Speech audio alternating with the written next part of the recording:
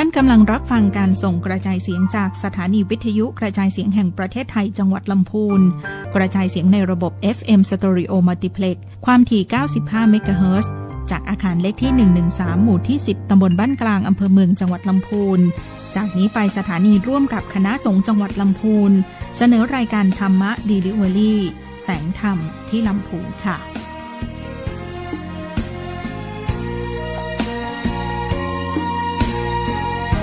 อย่าลืมทำบุญนะคุณผู้ฟังอาทิตย์ละครั้งฟังธรรมไหว้พระสักหนแม้ใครเข้าวันเสาร์อาทิตย์วุ่นวนหยุดงานเรานั้นฝึกตนสืบค้นตามรอยความดีสุดแสนโชคดีที่เราเป็นไทยเมืองพุทธสืบสายชำระจิตใจแต่งสีทุกจางหายเพราะได้พระมาช่วยชี้ทำบุญหนุนใจไฟดีนี่แหละยอดมนต์คลังนางประนมน้อมก้มวันทาสวยงามสง่าสมเป็นชาวพุทธดีจังขอพรไตรรัตน์ช่วยปัดเป่าทุกข์เพิ่มหวังน้ำใจคนไทยไหลหลั่งเปรียบดังน้ำมนต์รดมาอย่าลืมทำบุญนะคุณผู้ฟังเจอกันอีกครั้งมีบุญให้โมทนาขออย่าหนีเพลิดร้างห่างไกลวัดว่าอย่าลืมเมื่อใจโรยราเรามาทำบุญหนุนใจ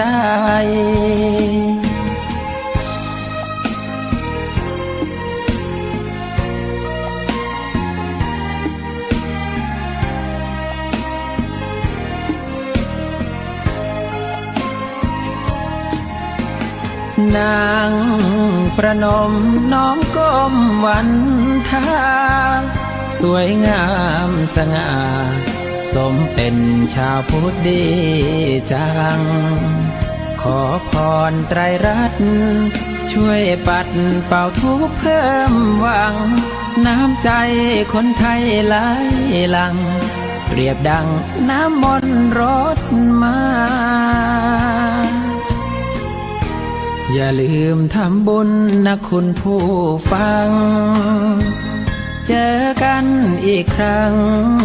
มีบุญให้โมทนาขออย่าหนี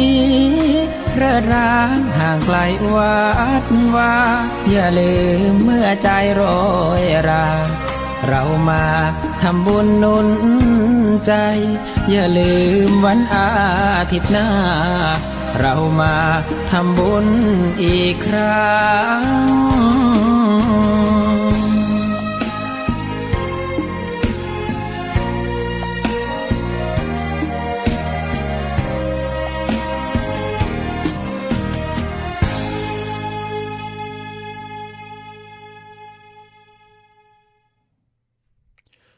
การเวลาผ่านไปไวดังฝันวนเวียนวันเดือนปีมีนิจสินร้อนผ่านหนาวเข้ามาเป็นอาจินแม้ทวินก็ไม่ทวนหวนกลับคืนการเวลาหมุนไปคล้ายชีวิตตามลิขิตเรื่อยไหลไม่อาจฝืนมีเกิดแก่เจ็บตายไม่ยั่งยืนสุดจะขืนขัดไว้ให้นิรันดร์การเวลาหมุนเรื่อยไปไม่ซับซ้อนที่ยอกย้อนยุ่งยากมากบากบั่นคือชีวิตที่แปรเปลี่ยนไม่เที่ยงทันทั้งสุขสันต์ทุกข์ทนระคนครองการเวลาเปลี่ยนผ่านแม้นานนับ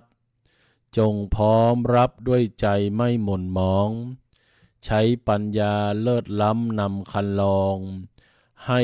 พ้นพ้องเพศภัยไร้มนทิน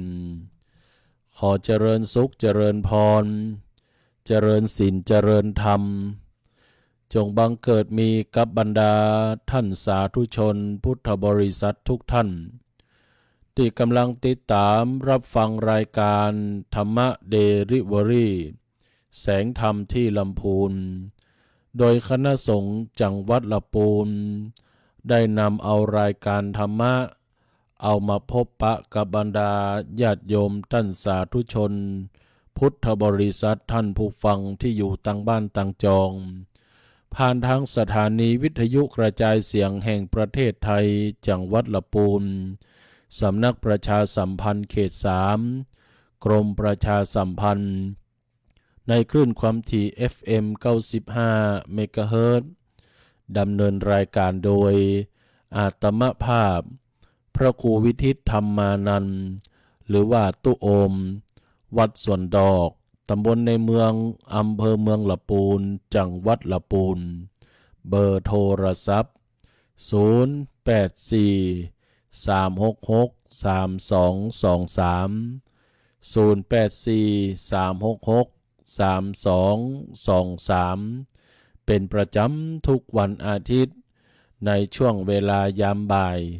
ตั้งแต่เวลาบ่าย2จนถึงบ่าย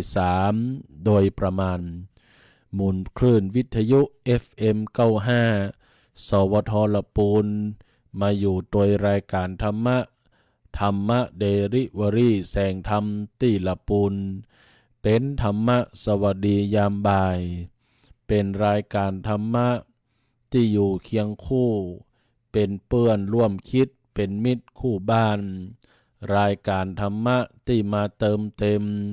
ความหวังรายการธรรมะที่มาเติมเต็มรอยยิ้มรายการธรรมะที่มาเติมเต็มความรู้สึกความสุขความสดใสความกระจ่างแจ่มใสแห่งดวงใจที่บริสุทธิ์มาสู่กับบรรดาญาติโยมท่านผู้ฟังทั้งหลายทุกคนทุกท่านคณะสงฆ์จังหวัดลำพูนโดยพระเดชพระคุณหลวงพ่อท่านเจ้าคุณพระเทพรัตนนายกได้มอบหมายให้อาตมภาพพระครูวิทิตธรรมานันท์หรือว่าตุโอมวัดสวนดอกได้มีโอกาสในความร่วมไม้ร่วมมือจากทางสวทลำพูนคือได้จัดรายการธรรมะในทุกวันอาทิตย์ช่วงเวลายามบ่ายเอามาสู่มาอู้มายื่นมาปั่นคือกับบรรดาญาติโยมท่านผู้ฟังทั้งหลายทุกคนทุกท่านเพื่อหวังว่ารายการธรรมะนี้จะเปรียบประดุจดังยาที่จะไปรักษาคือใจที่อ่อนล้าของเฮานั้นคือเป็นใจที่เข้มแข็งเปรียบประดุจดังยาที่ไปสมานแผลที่มันเป็นแผลถลอกแห่งหัวใจที่มันบักเข้มแข็งนั้นคือหายรายการธรรมะเดลิเวอรี่แสงธรรมที่ลำพูนจึงเป็นธรรมะหนึ่งกำลังใจจึงเป็นธรรมะเติมเต็มกำลังใจคือแก่บรรดาญาติโยมท่านผู้ฟังทั้งหลายทุกคนทุกท่านเพื่อยังประโยชน์เพื่อยังความสุขเพื่อยังสิ่งที่ดีงามเป็นข้อคิดมาให้กับบรรดาญาติโยมท่านผู้ฟังทั้งหลายทุกคนทุกท่านแม้ว่าเราท่านทั้งหลายจะอยู่ที่ไหนตั้งใดก็ตามขอให้รายการธรรมะเดลิเวอรี่แสงธรรมที่ลำพูนเปรียบประดุจดังเป็นเพื่อนคู่คิดเปรียบประดุจดังเป็นมิตรคู่บ้านหมุนคลื่น FM 95 สวทลำพูนมาปะกันแล้วมาอยู่ด้วยกันมาเป็นเพื่อนรายการธรรมะด้วยกันมาฟังธรรมะที่เป็นสาระข้อคิดเติมเต็มแนวทางชีวิตที่เข้มแข็งให้กับบรรดาญาติโยมท่านสาธุชนทั้งหลายทุกคนทุกท่านเพื่อประโยชน์เพื่อโสติผลความเป็นมงคลแห่งชีวิตที่จะก่อเกิดกับชีวิตของเราท่านทั้งหลายเมื่อเรามีธรรมะเมื่อเราปฏิบัติธรรมะก็จะคุ้มครอง ธรรมะก็จะรักษาเราแสงธรรมจะนำทางสว่างชีวิตแสงพระธรรมพัฒนาจิตให้สดใสแสงแห่งธรรมส่องสว่างกายและใจแสงนั้นไซร้คือแสงแห่งพุทธธรรมเราท่านทั้งหลายมีแสงแห่งพุทธธรรมจะมาพัฒนาจิตเฮาให้ร่มเย็นเป็นสุขให้มีจิตใจที่ข่าวใสและอยู่บนสังคมนี้โดยความร่มเย็นเป็นสุขสืบต่อไปผมธรรมะวาทะประจำวันก็นำมาฝากเรื่องราวที่เป็นสาระเป็นประโยชน์ให้กับบรรดาหมู่เฮาท่านทั้งหลายที่เอามาคิดพิจารณาแล้วว่าเห็นสมควรว่าธรรมะเก้าข้อจะเป็นสิ่งนำพาชีวิตให้เฮาก้าวหน้าเพราะฉะนั้นสิ่งที่จะนำพาชีวิตใหม่ๆที่เกิดขึ้นในวิถีชีวิตของคนเฮาที่จะเริ่มศักราชใหม่แห่งบักกี้วันตั้งหน้านี้ก็จะต้องมีเครื่องประคับประคองนอกเหนือจากความสุขทางโลกความสุขที่เกิดขึ้นจากทรัพย์สินเงินทองความสุขที่เกิดขึ้นจากการมีครอบครัวที่ดีมีที่อยู่อาศัยกล่าวคือว่าเฮาทั้งหลายทุกคนทุกท่านได้มีโอกาสที่จะสร้างความสุขให้กับตัวเก่าในบนวิถีชีวิตของความเปลี่ยนแปลงของโลกอันนี้ไปได้ทั้งนี้ทั้งนั้นหลากหลายความสุขที่มันจะเกิดขึ้นกับชีวิตของคนเฮาเราก็จะต้องมีเครื่องที่จะมาเป็นเครื่องประคับประคองให้กับชีวิตดำเนินชีวิตในวิถีทางที่ดีงามที่เป็นเต็มเปี่ยมไปด้วยศีลธรรมคุณธรรมที่เกิดขึ้นธรรมะของพระพุทธเจ้าจึงเป็นธรรมะที่นำพาชีวิตของคนเฮาให้ขับเคลื่อนไปสู่หนทางแห่งความร่มเย็นเป็นสุขธรรมะเพื่อชีวิตและวันใหม่ที่จะเกิดขึ้นกับบรรดาหมู่เฮาท่านทั้งหลายญาติโยมท่านผู้ฟังทั้งหลายที่ตั้งจองเฮาทั้งหลายทุกคนทุกท่านมักจะได้ยินคำอู้ของคนบักเก่าคนโบราณเป็นภาษิตที่บ่งบอกไปว่าวันคืนล่วงไปบัดนี้เราทำอะไรอยู่นะเรามักจะได้ยินคำอู้เหล่านี้เป็นคำถามที่เตือนสติคนเฮาเป็นคำถามที่บ่งบอกให้กับคนเฮาว่าวันคืนมันล่วงไปแล้วบัดนี้เฮากำลังทำอะไรอยู่ประโยชน์คือตัวเลิกประโยชน์คือดวงดาวจากเนี่ยอย่างได้เพราะฉะนั้นเวลาเฮามักจะอู้ว่าดวงชะตาชีวิตเลิกดวงดาวต่างๆมันจะเป็นประโยชน์จากทำอย่างเฮาได้ถ้าเฮาตั้งหลายประพฤติปฏิบัติชอบในเวลาใดเวลานั้นชื่อว่าเลิกดีเวลานั้นได้ชื่อว่าเป็นมงคลที่ดีเวลานั้นได้ชื่อว่าเป็นเช้าที่ดีเป็นรุ่งอรุณที่ดีเพราะฉะนั้นพระพุทธเจ้าจึงถือเลิกงามยามดีว่าวันใดก็ตามที่เฮาตั้งหลายประพฤติปฏิบัติดีเป็นการประพฤติชอบประกอบธรรมเป็นการประพฤติมุ่งมั่นทำความดีเป็นพร้อมโดยความสามัคคีสามัคคีทุกสิ่งทุกอย่างพร้อมเวลาจะทำกิจใดๆก็ตามถือว่าเป็นมงคลเป็นเลิกที่ดีที่งามถึงมีคำกล่าวที่บอกว่าเวลานั้นได้ชื่อเป็นเลิกดีมงคลก็เป็นมงคลที่ดีเจ้าก็เป็นเจ้าที่ดีรุ่งอรุณก็เป็นรุ่งอรุณที่ดีความพร้อมเพียงเกิดขึ้นเวลาใดก็ตามประกอบด้วยความดีในขณะนั้นได้ชื่อว่าเป็นเลิกงามยามดีความขัดข้องที่จะเกิดขึ้นยามใดก็บ่สามารถประกอบความดีได้ในขณะนั้นที่ฮ้องว่าเลิกบ่งามยามบ่ดีก็เพราะที่เฮาเพราะชีวิตของคนเฮาทั้งหลายนั้นมัวแต่รอหั่นรอนี่มัวแต่รออันนั้นรออันนี้แยงพออันนั้นก่อนแยงพออันนี้ก่อนมัวแต่รออันหยังรอจนขาดปัญญาที่จะมาพิจารณาไตร่ตรองจนการรอของคนเฮานั้นเสียเวลาเสียวันบ่มีค่าบ่มีความหมายกับตัวเก่าบางครั้งบางทีเฝ้าแต่รอคอยอันนั้นเฝ้าแต่รอคอยอันนี้จนว่าคุณค่าแห่งเวลาที่มันเสียไปมันบ่สามารถที่จะแยะหยังได้เพราะฉะนั้นพระพุทธเจ้าก็เลยเป็นเครื่องบ่งบอกว่าอันหยังก็ตามก็อยู่ที่การกระทำของคนเฮาดังคำกล่าวที่เพิ่นบอกว่าทำดีวันนั้นก็เป็นวันดีทำบ่ดีวันนั้นก็เป็นวันบ่ดีเวลาทำดีวันนั้นเป็นวันดีได้ชื่อว่าเป็นวันอธิบดีเป็นวันธงชัยเวลาทำบ่ดีวันนั้นเป็นวันบ่ดีได้ชื่อว่าเป็นวันอุบาทเป็นวันโลกาวินาศเวลาบ่ทำอันอย่างเลยได้ชื่อว่าเป็นปกติบ่ดีบ่เสียเป็นต้นดังนี้ในการดำเนินชีวิตของคนเฮาในแต่ละเดือนแต่ละวันแต่ละปีต่างมีความสมหวังมีความผิดหวังมีเศร้ามีโศก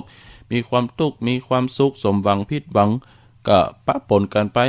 บ่สามารถดังอาตมาภาพว่าดอกแกคนเฮามันก็เป็นไปตามโลกกธรรม8มีทุกข์มีสุขมีสรรเสริญมีนินทามีลาภเสื่อมลาภมียศเสื่อมยศบ่มีอันอย่างที่จะจีรังยั่งยืนได้ถ้าเฮามองตามโลกกธรรม8มันก็ต้องปะปนกันไปเป็นธรรมดาเพราะฉะนั้นข้อคิดธรรมะเพื่อชีวิตใหม่ๆของคนเฮาทั้งหลายต้องรู้จักที่จะนำเอาไปปรับประยุกต์ปรับปรุงแก้ไขอารมณ์นิสัยอารมณ์ที่เป็นนิสัยของคนเฮาคืออยู่ด้วยกันบนโลกนี้คืออยู่ด้วยกันด้วยวิถีชีวิตแห่งความร่มเย็นเป็นสุขมันก็จะเป็นเครื่องประกอบให้คนเฮานำพาชีวิตนำพาสังคมนำพาสันติภาพสันติสุขให้เกิดขึ้นในโลกนี้โดยธรรมะของพระพุทธเจ้า9ข้อจึงเป็น9มงคลจึงเป็น9ข้อ9มงคลแห่งชีวิตของคนเฮาในสาระแห่ง9ข้อ9มงคลที่จะนำมาอูคือกับทุกคนทุกท่านนั้นเป็นต้นว่า9ข้อนี้เป็นเรื่องราวในวิถีชีวิตของคนเฮาหากแม้นว่าเอามาประพฤติปฏิบัติก็จะยังความสุขให้เกิดขึ้นได้มีอย่างพ้องเป็นต้นว่า1หันหน้าเข้าหากัน2หมั่นแก้ไข3ให้อภัย4ปลูกไมตรี5สามัคคีกันไว้6โปร่งใสในภาพพจน์7ลดอาชญากรรม8ทำตนให้เป็นแบบอย่าง9ปล่อยวางในเรื่องยุ่งถ้า9ข้อนี้ถ้าคนเฮาประพฤติปฏิบัติก็จะเป็นธรรมะสร้างเสริมชีวิตใหม่ให้กับคนเฮาอย่างข้อแรกหันหน้าเข้าหากันนั่นก็เปรียบประดุจดังว่าเมื่อยามใดก็ตามสังคมก็ดีตั้งแต่ว่าสังคมเล็กๆนั่นก็คือครอบครัวหากไม่ว่ามีปัญหาอะไรอย่างแล้วเกิดขึ้นมีข้อสงสัยมีข้ออะไรอย่างที่จะนำพาให้เกิดความขุ่นข้องหมองใจเกิดขึ้นในครอบครัวในชุมชนในสังคมคนเฮาท่านทั้งหลายทุกคนทุกท่านจะต้องหันหน้าเข้าหากันเพื่อปรึกษาอย่าเผชิญหน้าหรือประจันหน้ากันจะต้องเป็นเรื่องที่ปรึกษากันอู้กันเพื่อให้มันคลายแคลงความสงสัยที่จะเกิดขึ้นมันก็จะระงับเหตุปัญหามันก็จะระงับเหตุที่จะเกิดขึ้นในวิถีชีวิตของคนเฮาอันนี้ก็เป็นข้อแรกนั่นก็ได้แก่หันหน้าเข้าหากันข้อที่2นั่นก็คือมันแก้ไข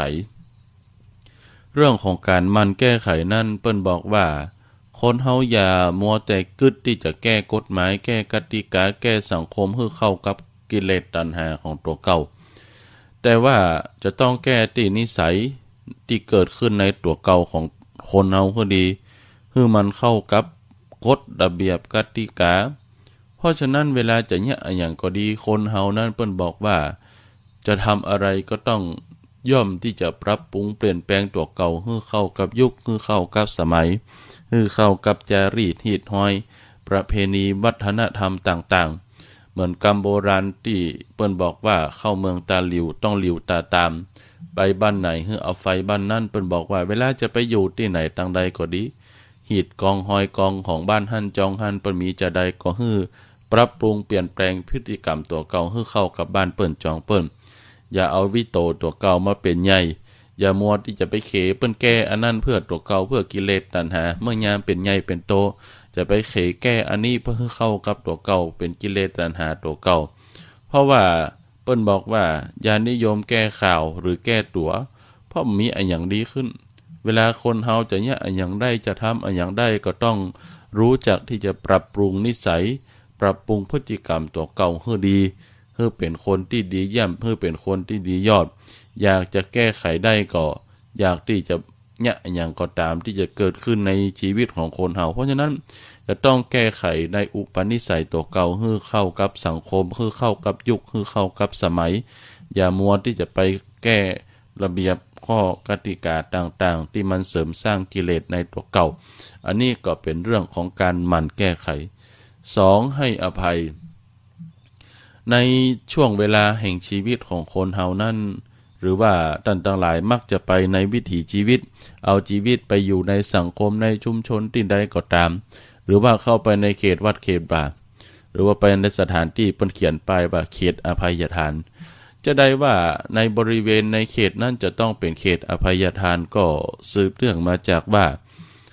ในวิถีชีวิตของการประพฤติปฏิบัติของคนเฮานั้นย่อมที่จะเป็นธรรมดาว่ามีเรื่องที่จะผิดพลาดเป็นเรื่องปกติของมนุษย์แต่การรู้จักให้อภัยซึ่งกันและกันนั่นก็เป็นนิสัยของเทวดาเป็นว่าไว้จะอีกเป็นอุปนิสัยของเทวดาที่จะมีวิสัยของการให้อภัยเพราะว่าการที่เฮาทั้งหลายจะผูกอาฆาตมาดแค้นกันมันก็บ่เป็นประโยชน์อย่าไปผูกใจเจ็บอย่าคิดอาฆาตที่เรื่องราวที่มันเกิดขึ้นจะไปจ้องอาฆาตพยาบาทจองเวรกันคนเฮานั้นเวลาจะอยู่ด้วยกันร่วมกันได้จะต้องรู้จักให้อภัยแก่กันและกันเพราะว่าการให้อภัยเป็นธรรมะอันสูงสุดบ่มีทานใดที่จะเทียบเท่ากับการให้อภัยทานเพราะฉะนั้นเฮาทั้งหลายต้องมั่นให้อภัยคนแล้วก็ให้โอกาสเพราะถ้าบ่มีการให้อภัยผิดหรือว่าเฮาทั้งหลายก็บ่คิดที่จะลืมความหลังจะหาความสามัคคีนะเป็นบอกว่ามันก็เป็นที่เรื่องที่จะลำบากนั่นคำกล่าวของคนโบราณที่บอกว่าอภัยเป็นเรื่องราวที่สูงสุดในชีวิตในใจคนเลยมีคำกล่าวว่าถ้าไม่มีการให้อภัยผิดและไม่คิดที่จะลืมความหลังจะหาสามัคคียากลำบากจังความพลาดพลั้งย่อมมีทั่วตัวคนเพราะฉะนั้นข้อที่3จะเป็นสิ่งสร้างเสริมส่งเสริมให้วิถีชีวิตของคนเฮาอยู่ดีมีสุขได้ก็จะต้องรู้จักให้อภัยข้อที่4ได้แก่การปลูกไมตรีจะได้ถึงบอกว่าในสังคมของคนเฮาจะต้องปลูกไมตรีในที่นี้มันรวบรวมไปจนถึงความเมตตารวมจนถึงน้ำจิตน้ำใจที่มันเกิดขึ้นในวิถีชีวิตของคนเฮาในวิถีชีวิตของการประพฤติปฏิบัติของคนเฮามีเหตุมีการอะไรอย่างที่เกิดขึ้นก็จะต้องรู้จักที่จะมอบจะยื่นจะปันให้ดังคำประพันธ์เป็นบทกลที่บอกว่าอันเมืองใดคนมีใจนิสัยชอบตามระบอบกรอบธรรมกรรมาสีสาธุเจตเมตตาธรรมเอื้ออารีเมืองนั้นมีความผาสุกทุกวันคืนก็ด้วยเหตุแห่งการปลูกน้ำใจไมตรีจิตเปิ้นบอกว่าจงปลูกต้นรักในดวงใจให้เกิดขึ้นหัดรักคนอื่นหวังดีและมีไมตรีต่อผู้อื่นคนเฮาทั้งหลายทุกคนทุกท่านให้มันปลูกต้นรักเปิ้นเปรียบประดุจดังว่าต้นดอกรักที่เฮาจะปลูกนั้นความรักความเมตตาอารีความมีน้ำใจให้แก่กันปลูกให้มันเกิดขึ้นในจิตในใจปลูกให้มันเกิดขึ้นทุกที่ทุกทิศทุกทางมันก็จะยังความสุขเป็นความมุ่งหวังความปรารถนาดีให้กับคนอื่นความปรารถนาดีให้แก่คนรอบข้างเพราะการที่เฮาปลูกน้ำใจไมตรีจิตให้เกิดขึ้นมันเปรียบประดุจดังการที่ได้คิดช่วยเหลือคนอื่นแล้วเนี่ยให้ตัวเฮานั้นมีความสุขเวลาเฮาทั้งหลายทุกคนทุกท่านลองพินิจพิจารณาพอบ้านเมืองของเฮาบ่เดียวหากแม้นว่ามีเหตุมีการอย่างอาทิเช่นโควิดระบาดนั้นเวลาบ้านใดจองใดเพิ่นถูกกักตัว14วันน้ำใจไมตรีจิตที่มันแผ่เข้าไปนะมันเป็นเรื่องที่ปลูกไมตรีปลูกความรักปลูกสิ่งที่จะกึศช่วยเหลือคนอื่นให้เกิดขึ้นสังคมจะเป็นสังคมที่น่าอยู่ที่คนช่วยเหลือเจือจุนซึ่งกันและกันมันก็จะนำพาให้สังคมเกิดสันติสุขเกิดขึ้นเปิ้นเลยบอกว่าในวิถีชีวิตของคนเราปลูกไมตรีอย่ารู้ร้างสร้างกุศลอย่ารู้โรยนั่นก็ได้แก่ประการที่4ธรรมะเพื่อชีวิตใหม่อันได้แก่ปลูกไมตรีประการที่5ธรรมะเพื่อชีวิตใหม่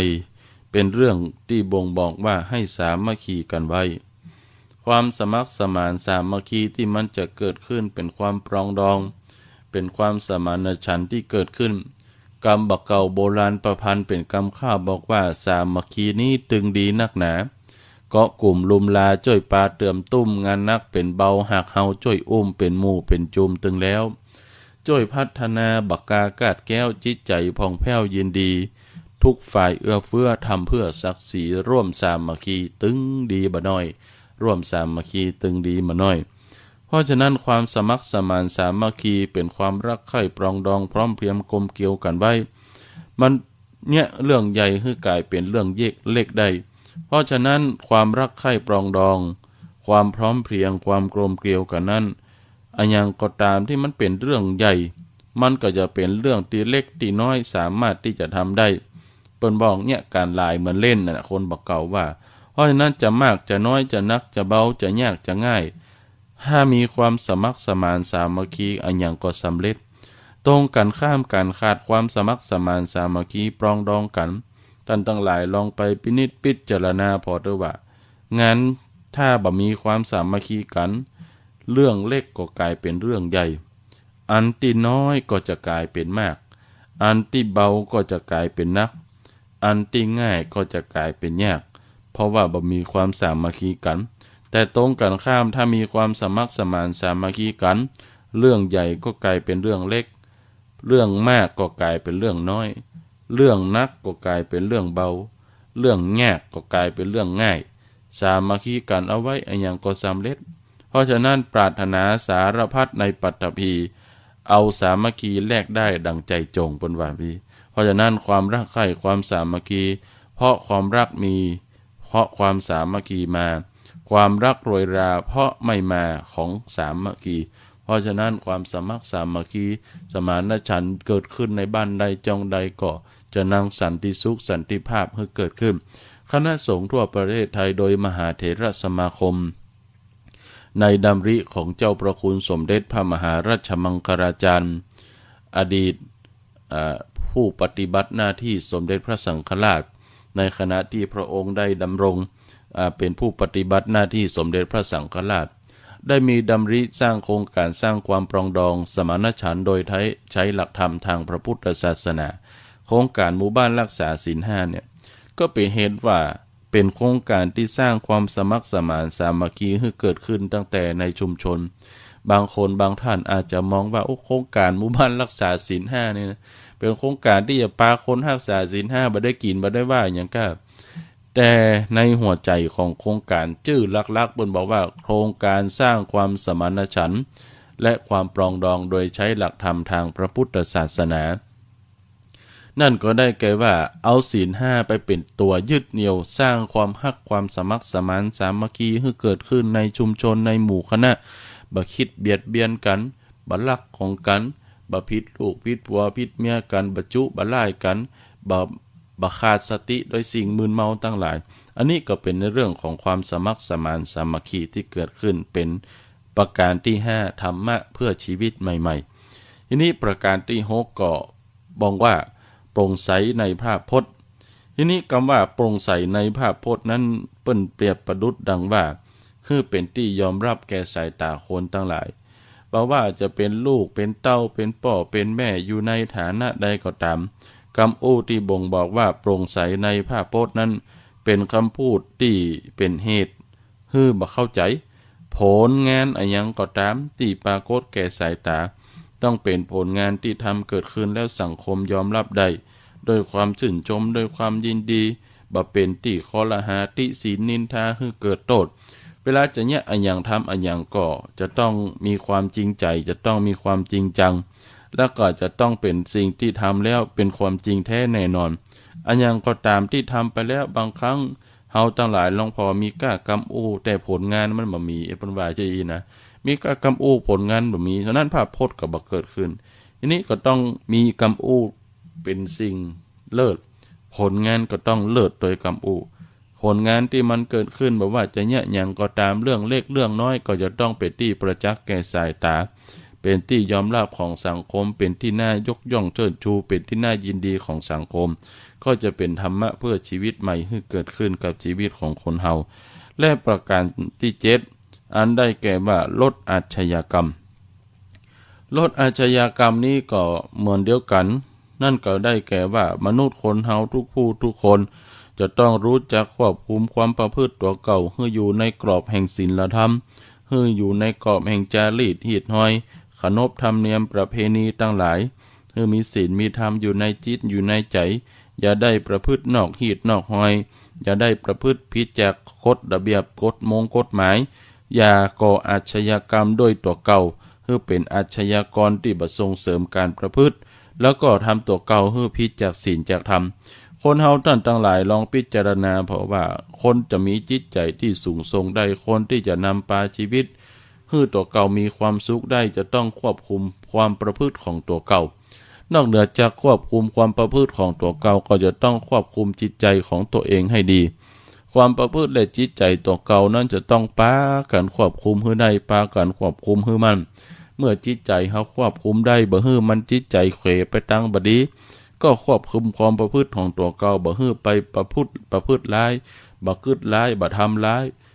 บ่ทำสิ่งที่บ่ดีที่มันมีปัญหาเกิดขึ้นในชีวิตแล้วก็บ่ผิดเพราะฉะนั้นการที่จะอยู่ได้ในสังคมจะต้องมีศีลมีธรรมเป็นกรอบมีจารีตฮีดห้อยมีขนบธรรมเนียมประเพณี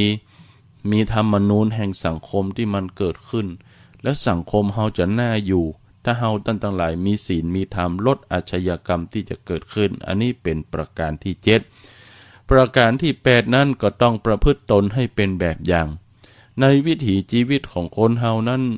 ลูกเต้าก็จะต้องดูพ่อดูแม่เป็นแบบอย่างลูกศิษย์ก็ต้องดูครูบาอาจารย์เป็นแบบอย่าง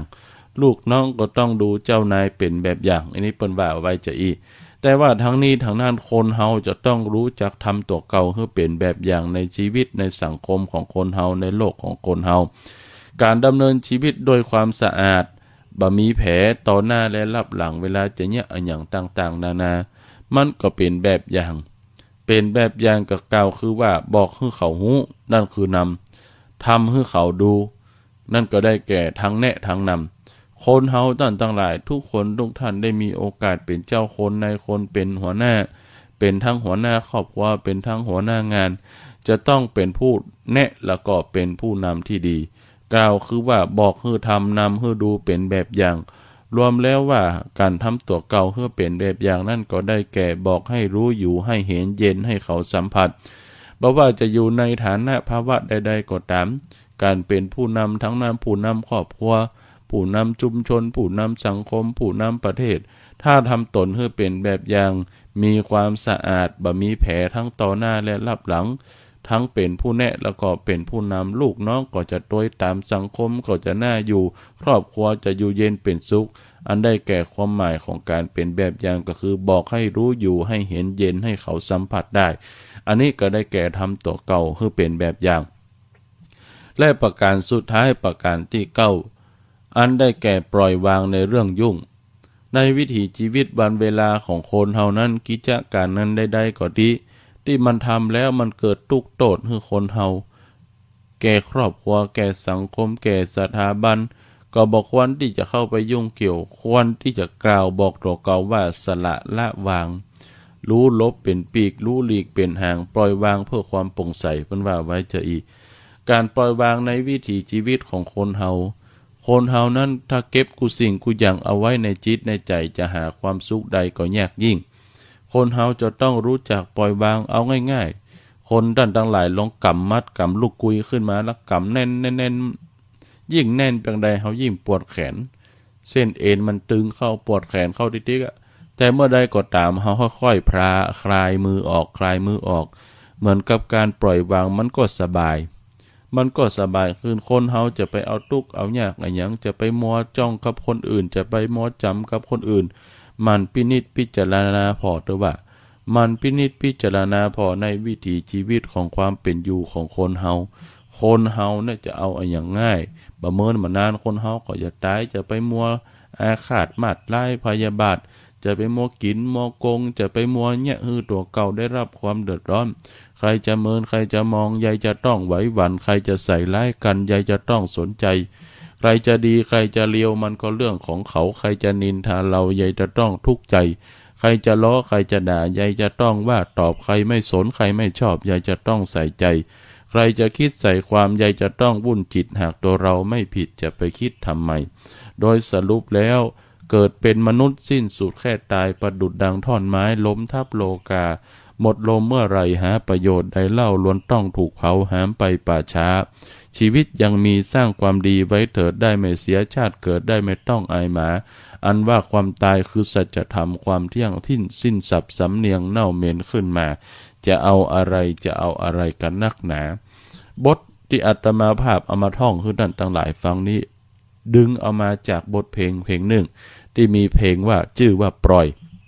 เพราะฉะนั้นก็เป็นหลักหัวข้อสำคัญที่ค คนเฮาจะต้องประพฤติปฏิบัติเก้าอย่างฮื้อใดก็จะเป็นหลักชัยแห่งชีวิตของคนเฮาตั้งแต่หันหน้าเข้าหากันหมั่นแก้ไขให้อภัยปลูกไมตรีสามัคคีกันไว้โปร่งใสในภาพพจน์ลดอาชญากรรมทำตนให้เป็นแบบอย่างปล่อยวางเรื่องยุ่งโดยสรุปความทั้งหมดเก้าข้อเก้ามงคลแห่งชีวิตของคนเฮาก็ได้ว่าในชีวิตของคนเฮาจะวัฒนากล่าวคือว่ามีความเจริญในยุคแห่งโลกาภิวัตน์ในยุคของเทคโนโลยีได้หมู่เฮาทั้งหลายทุกคนทุกท่านจะต้องบ่ข้องแวะกับอบายมุขรู้จักที่จะควบคุมตัวเก่าบ่ฮื้อหวั่นไหวตกไปในสิ่งที่เป็นอบายโดยอาศัยหลักธรรมนำชีวิตแล้วก็รู้จักเก่งกลัวอายชั่วกลัวบาปแล้วกล้าจะเผชิญกับความดีทุกรูปแบบในชีวิตในการงานแล้วก็อยู่ร่วมกันในสังคมก็จักไร้ปัญหาอย่าลืมว่าในชีวิตของคนเฮานั้นจะต้องเอาธรรมะนำหน้า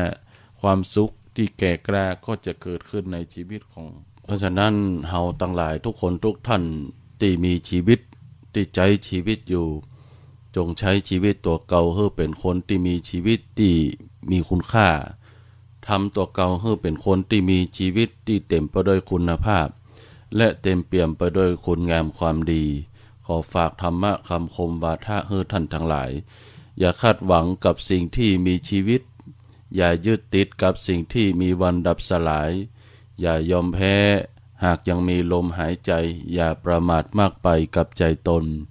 โลกที่นับสับสนอนลมานเปรียบแผ่นดินถิ่นฐานที่ขาดฝนหากรู้คิดรู้คอยปล่อยวางตนจะเป็นคน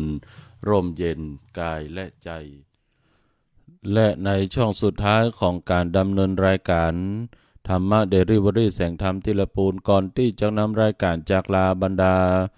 พ่อแม่พี่น้องญาติโยมสาธุชนท่านผู้ฟังไปกันก่อนนี้ก็ประชาสัมพันธ์มีข่าวอู้เอิ้นประกาศเชิญชวนให้แก่บรรดาญาติโยมสาธุชนพุทธบริษัททั้งหลายทุกคนทุกท่านข่าวแรกก็ประชาสัมพันธ์ประกาศอู้เอิ้นเชิญชวนญาติโยมทั้งหลายได้มาร่วมในกิจกรรมโคมแสนดวงที่เมืองลำพูนกิจกรรมโคมแสนดวงหรือเทศกาลโคมแสนดวงที่เมืองลำพูนก็เริ่มกันมาตั้งแต่วันที่19กันยายนเป็นต้นมาก็จะมีกิจกรรมโคมแสนดวงที่เมืองลำพูนไปจนถึงวันที่10เดือนพฤศจิกายน2568ในการแขวนโคมถวายเป็นพุทธบูชาและแขวนโคมบูชาองค์พระแม่เจ้าจามเทวีก็มีอยู่2จุดด้วยกันจุดแรกก็เป็นจุดที่จะไปแขวนโคมที่บริเวณวัดพระธาตุอริพุนชัยวรมหาวิหารจุดนั้นก็จะเป็นจุดใหญ่ก็จะมีการให้บูชาโคมและไปแขวนโคมบริเวณลานพระบรมธาตุอริพุนชัยท่านสามารถไปร่วมไปแขวนได้ตลอดทั้งวันไปร่วมกิจกรรมแขวนโคมได้ตลอดทั้งวันมีเวลาสะดวกยามใดก็สามารถไปเมื่อวันก็จะไปได้หันองค์พระบรมธาตุเจ้าเจดีย์สรีหริพุนชัยของเฮาไปยามคืนก็จะมีไฟส่องสว่างก็แล้วแต่สะดวกบริเวณวัดพระธาตุอริพุนชัยก็มีลานกว้างยาวไปจนถึงบริเวณถนนด้านหน้าวัดพระธาตุอริพุนชัยไปจนถึงบริเวณสะพานตาสิงห์หรือบริเวณขวามุงเก่าตะอันก็จะมีการจุดแลนด์มาร์คที่ทำให้ท่านทั้งหลายสามารถเซลฟี่หรือมาถ่ายรูปความงดงามของโคมแสนดวงได้แห่งจุดหนึ่งก็บริเวณลานอนุสาวรีย์พระนางเจ้าจามเทวีด้านหลังตลาดสดหนองดอกบริเวณด้านหลังตลาดสดหนองดอกก็จะมีแถมจุดหนึ่งที่ใช้ในการแขวนโคมที่เราท่านทั้งหลายมักจะไปบูชาโคมบริเวณตลาดสดหนองดอกหรือกาโต้ลุ่งนะเพราะนั้นก็ใครมีเวลาว่างสามารถมาร่วมพลังบุญมาร่วมสร้างสีสันมาร่วมถวายเป็นพุทธบูชาด้วยการแขวนโคมถวายเป็นพุทธบูชาทั้ง2จุดที่วัดพระธาตุอริพุนชัยและลานอนุสาวรีย์พระนางเจ้าจามเทวีกิจกรรมเทศกาลโคมแสนดวงก็จะมียาวไปจนถึงในช่วงของเทศกาลประเพณีลอยกระทงจนถึงวันที่10พฤศจิกายน ที่จะถึงนี้นั้นประกาศอูเอิญเจิญจวนฮือกับบรรดาหมู่เฮาตั้นต่างหลายทุกคนทุกท่านได้ร่วมงานเทศกาลอันยิ่งใหญ่ของเมืองละปูนโดยทั่วกันข่าวฝากประชาสัมพันธ์แห่มข่าวหนึ่งก็เป็นข่าวประชาสัมพันธ์จากทางวัดสวนดอกขอเชิญร่วมทำบุญทอดกฐินมหากุศลสามัคคีสร้างบุญบารมีให้กับชีวิตเพื่อนำปัจจัยสมทบทุนในการบูรณะปฏิสังขรณ์ซ่อมแซมอาคารเสนาสนะสาราการประเรียนของวัดสวนดอกทอดถวายณวัดสวนดอกตำบลในเมืองอำเภอเมืองละปูนจังหวัดละปูนกำหนดการในวันเสาร์ที่25เดือนตุลาคมพุทธศักราช2568เวลา 9 นาฬิกาเป็นต้นไปญาติโยมท่านไหนมีความประสงค์จะร่วมทำบุญเป็นเจ้าภาพบริบาลถวายปัจจัยเป็นบริบาลต้นกฐินต้นบุญ 10,000 บาทกล่องบุญ 1,000 บาทหรือร่วมทำบุญตามกำลังจิตศรัทธาด้วยเจตนาอันบริสุทธิ์ของท่านสามารถร่วมทำบุญผ่านมายังวัดสวนดอกหรือติดต่อสอบถามผ่านมาทางเบอร์โทรศัพท์ของอาตมาภาพได้พระครูวิทิตธรรมานันท์หรือว่าตุอมที่เบอร์โทรศัพท์0843663223 ตั้งแต่บัดนี้เป็นต้นไปมหาทานทอดกฐิน1 ปี1 ครั้งมีเพียง1 ปี 1 ครั้ง 1 วัดสามารถร่วมทำบุญได้ทุกวัดทุกวาที่ญาติโยมที่มีกฐินสามารถเอาบุญทอดกฐินเป็นบุญอันยิ่งใหญ่เป็นบุญแห่งการทานที่เป็นตานเฉพาะกำหนดเวลาหลังออกพรรษาเพียงแค่1 เดือนเท่านั้นก็ขอประกาศอุเอิญเชิญชวนงานทอดกฐินของวัดสวนดอกวันเสาร์ที่25ตุลาคม2568โดยทั่วกันจึงประชาสัมพันธ์ประกาศอุเอิญเชิญชวนให้กับบรรดาญาติโยมท่านสาธุชนท่านผู้ฟังทั้งหลายทุกคนทุกท่านตยเอาละบัดเดียวนี้การเวลาล่วงเลยมาอาตมาภาพจะขอเอารายการอย่างง่ายจากลาบรรดาพ่อแม่พี่น้องหมู่เฮาเจ้าข้าไปกันให้ก่อนเฮาก่อยมาปะกันใหม่ในวันอาทิตย์หน้าเวลาเดิมบ่าย2จนถึงบ่าย3โดยประมาณหมดเวลาแล้วท่านตั้งหลายเฮยเสียดายแต่เฮยเวลาบ่ท่าบ่อินดูตาขออินดูหน้าจะขออำลาจากง่ายเทวบุตรรักษานี้ไว้จงเผยพอใกล้ทุกคนอย่าฮื้อเคราะห์ร้ายมาถูกตัวตนฮื้อญาติโยมทุกคนอินพรหมอยู่ใกล้ขอเล่าเทวานาคาต่ำใต้รักษาโผยภัยพี่น้องภัยยะกังวลอย่าได้เข้าซ้อนอย่าเจ็บป่วยไข้โรคาเจ็บหัวปวดท้องเจ็บน่องเจ็บขาขอผ่องภัยยาไกลกาจากเจ้าเฮืออายุยืนยาว120 ขวบเข้าสมดังกำปอนนิสัยก่อนพรากจากกันขอจำชื่อไว้เตอะรายการธรรมะแสงธรรมธรรมะเดลิเวอรี่โปรดจำชื่อไว้เตอะดวงไทยตาขำก้อยมาฟังธรรมขีญาบรรณาก้อยมาฟังธรรมขีญาบรรณายะถาสพีปอนดีพุทธใจยมังคระน้อมเอามาปันรายการธรรมะเดลิเวอรี่แสงธรรมที่ละปูนที่เฮาฟังกันเวลาก็ผ่านมดลงเสียงลงตัวอีวันติดหน้าเจิญมาป้ากันที่นี่เวลาปอดีบะน้อยสุข3 ประการเจยบานจื่นจ้อยกล่าวเป็นกำถ้อยฮื้อฟังอายุวันนะพละสุขขังมีแก่คนฟังเหมือนกันจุผู้มีแก่คนฟังเหมือนกันจุผู้อยู่ดีมีสุขมีโชคมีใจไร้โรคโศกภัยร่ำรวยเงินทองเหมือนกันจุผู้นายคนเด้ออายุวันโนสุขังพลัง พ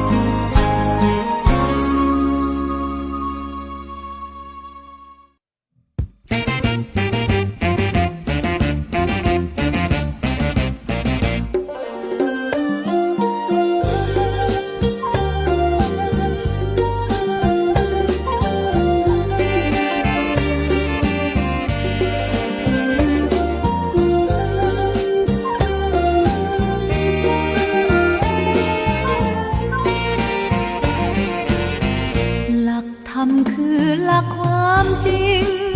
แท้ทุกสิ่งใดจะยิ่งเหนือหลักธรรม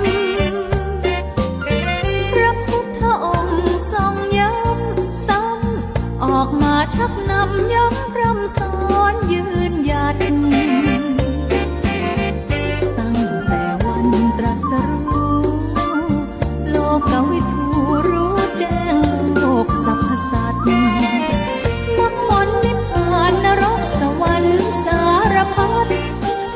แจกแจงแจ้งชัดไว้ไม่มีคลาดเลือนหาได้ใครเหมือนไม่บิดเบือนตลอดวันเดือนปีใดโลกจะเวียนเปลี่ยนไปเสื่อมเจริญเช่นไรหลักธรรมไม่ได้เอ็นเอียงธาตุสี่ในกายทั้งดินน้ำลมและไฟถึงวันสลายย้ายแยกแตกดับอับบ้างไม่จีรังยั่งยืนแท้เทียงแต่ว่าจิตของเราไม่ตายร่อนเร่ไปสุดเวียงหากไม่มี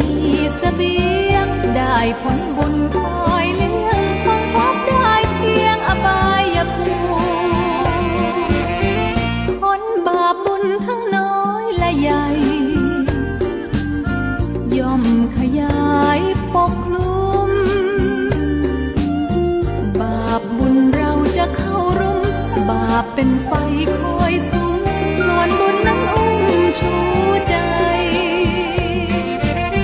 เอกนามกิ่งยังคงหนึ่งไม่มีสองตรัสไว้หากตรัสออกคำใด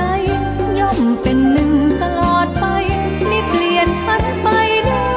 เลย